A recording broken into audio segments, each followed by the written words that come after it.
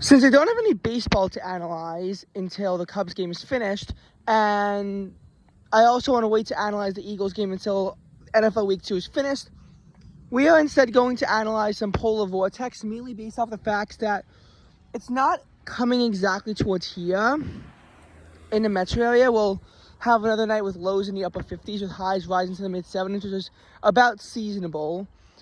But a polar vortex will be striking further west, where parts of northern Pennsylvania could actually get down to the low 30s.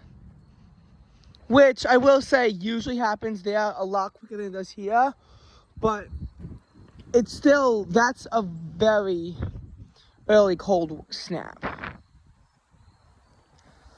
Polar vortexes are something that New York City has not seen in the summer in a while. We've seen fall previews, but they've always ever gotten a few degrees cooler than seasonable averages.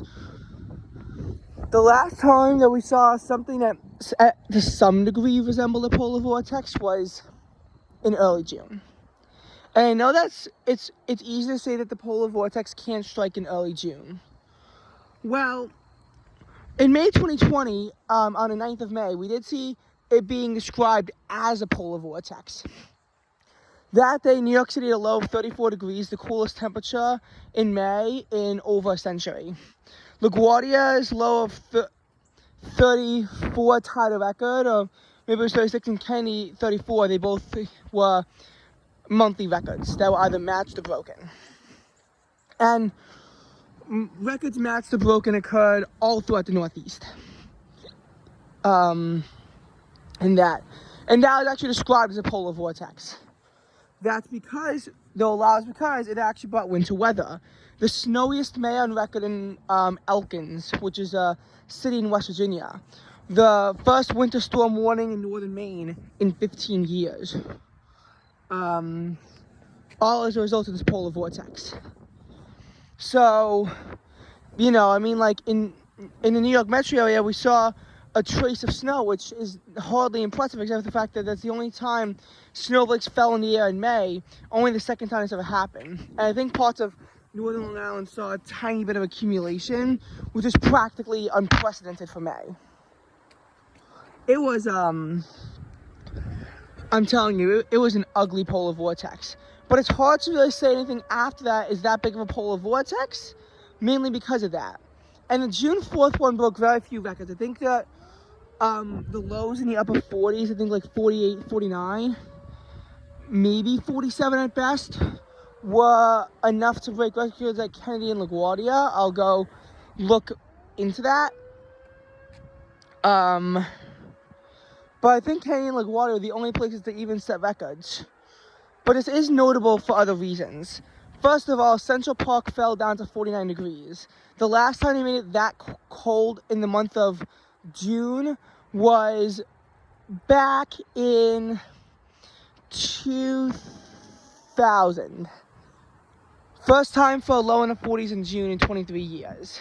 And we had staff orientation.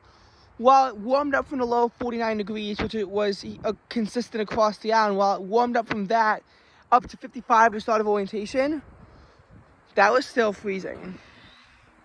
It was still freezing as the temperature slowly marched through the 60s, and it really peaked only at 65 here. It did hit 69 degrees in the city, however. 40s in June are very rare. In the city itself, they happen a bit more commonly in the metro area. So to see that was, again, something that was very rare. A similar thing actually happened at the end of May 2021, but it missed out on a distinction by just one day. Because the low of 41 degrees occurred on May 31st, when the high later rose to 70. However, there were 4 nights with lows in the 40s, which tied 1884 for the latest of this occurrence. No records were broken in New York City in terms of the low temperature, but the high of 51 degrees on May 30th definitely smashed the record for the coldest high on May 30th. And the high of 51 on May 29th tied, and everyone else broke a record on both the 29th and 30th with the highs. Also at LaGuardia Airport, 48 degrees on both days was a record. And the high only rose to 52.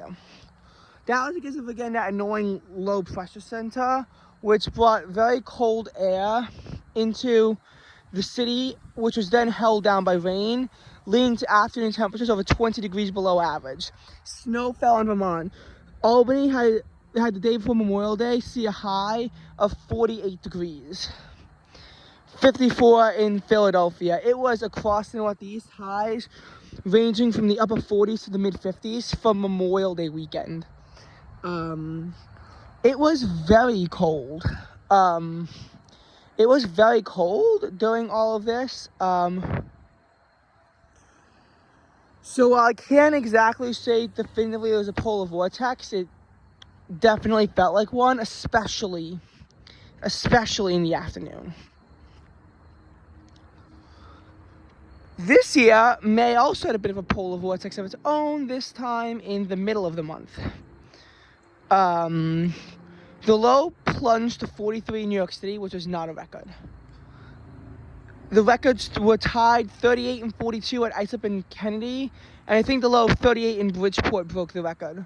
There are records broken throughout the Northeast. One of the latest freezes on record in Allentown, Pennsylvania, Saranac Lake, which is normally considered the icebox of New York, but even they had their coldest temperature for so late in the season when they hit 16 degrees on the morning of May 18th. It definitely feels weird when under the strong May sunlight, the temperature still struggles to the 60s. I think it hit 61 in Central Park. My summer had a low of 41 and a high of 58. So there was, again, that weird feeling of it being in the 50s in May under direct sunlight. And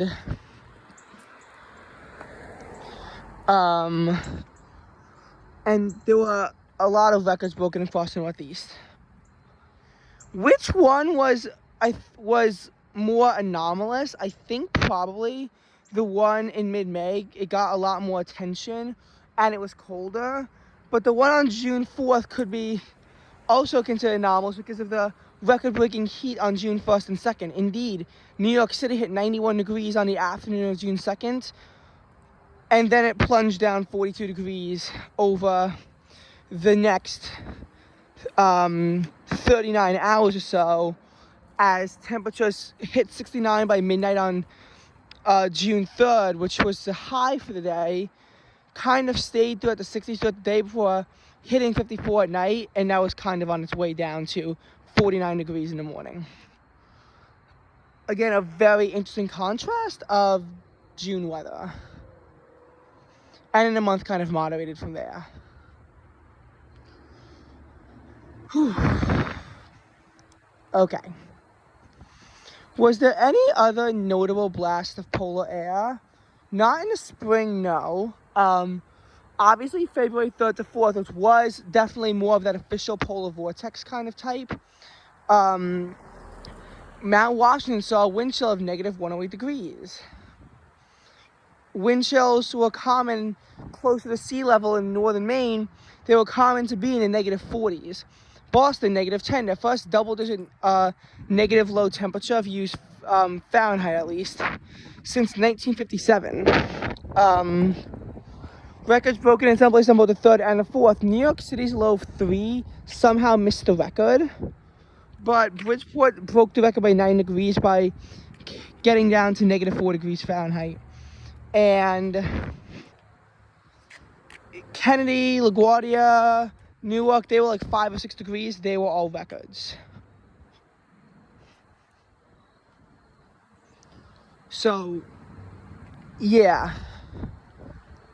Practically ice cold temperatures. Now, what I will say was fortunate was that this happened at about 4 o'clock in the morning. Wind chills got down to negative 15 degrees. By the time that I got up, it had warmed up to the point where I could go outside at 11 a.m.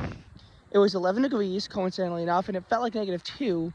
But I was at a point where if I was outside and I bundled up, I wouldn't die. On the 3rd, I actually tried to chase going out in a cold wave, but the cold was so severe that my phone got fucked up and I couldn't actually get the video to upload, and it elongated a 20-minute video to 2 hours. During that time, it was 20 degrees with a wind chill of 5 because there were heavy winds on the way down that turned fatal in Massachusetts. It was a cold wave that caused over $1 billion in a cold snap that caused over $1 billion in damage. And of Christmas also, one record cold Christmas Eve high temperature saw most of the metro of 16 to 17, somehow 15 in New York City, not a record. Lows falling to around 7 to 8 degrees. Wind chills did fall into the negative double digits.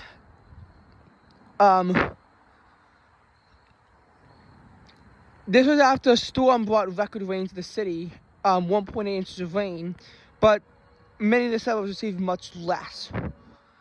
And temperatures were in the balmy upper 50s, like 24 hours, before plunging out to 7. Yes, in some areas, this was their biggest temperature drop on record.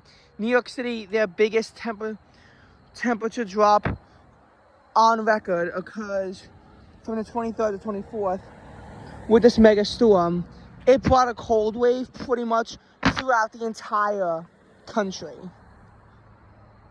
Chicago sees their first day with a high below zero in December in 40 years. The cold followed me down to Florida, where West Palm Beach saw a Christmas high temperature of like 49 degrees, and that's insane for Florida, really any time of year, to have a high of 49 degrees. Low 49 is going to get people worried, so then imagine 49 degrees as the high temperature. It was near historic how cold it actually got.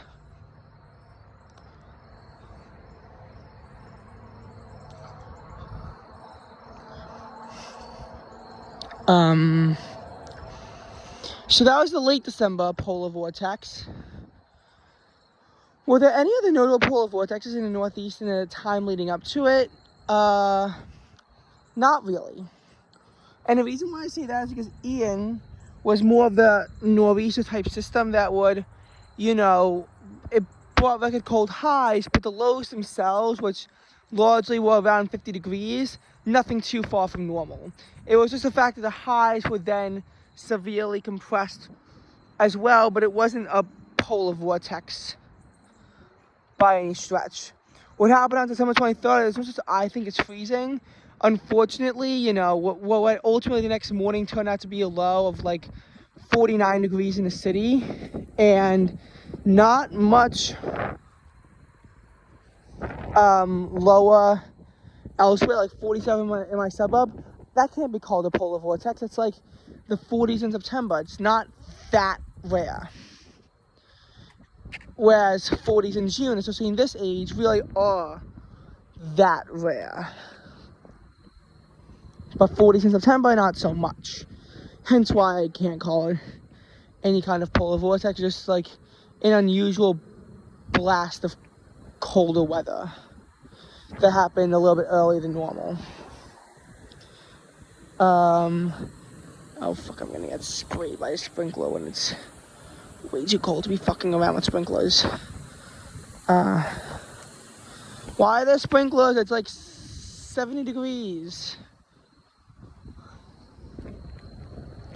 In any case, September, polar vortex for that. To be quite honest, there really wasn't one. There really was no time where we had that much colder air than normal in 2022. I can think of late March, which March 2022 is actually on the warmer side for a March. That was the most recent time I could really think of like a true polar vortex before then. Just because New York City's high of 33 served as the coldest high on record on the 28th. In fact, pretty much everyone in the metro area saw highs between 32 and 35, which set a record pretty much everywhere. Some places saw their latest date for a high temperature that cold on record. And again, a consistent theme of high temperatures only making it to around the freezing mark. Lows, they plunged to the low 20s, which wasn't really record-breaking anywhere, but still led to some pretty cold conditions. Wind chills did pretty much get down to single digits. Again, very rare for the end of March. Very rare for the end of March. And that was, again, a more widely described instance of a polar vortex occurring.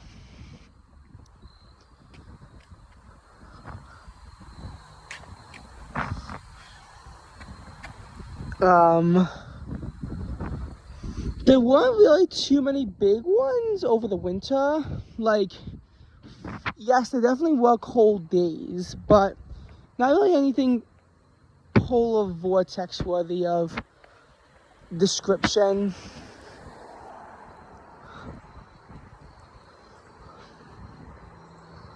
Not really anything, you know, polar vortex worthy of description. January definitely had its frigid moments, but again, it seemed that the polar vortex in those cases stayed further north. Didn't really bother here, but January definitely had those cold moments just to keep in the back of your mind. Heading on in throughout 2021, again, we talked to the late May one. There really wasn't anything besides that. No, I cannot call what happened in early July a polar vortex because, you know, even the low temperatures were, for the most part, kept in the 50s, which was, again, the first time I hit the 50s in July in 12 years. But if you think about it, that's kind of what should be happening. July really should be hitting the 50s a lot more often than it does.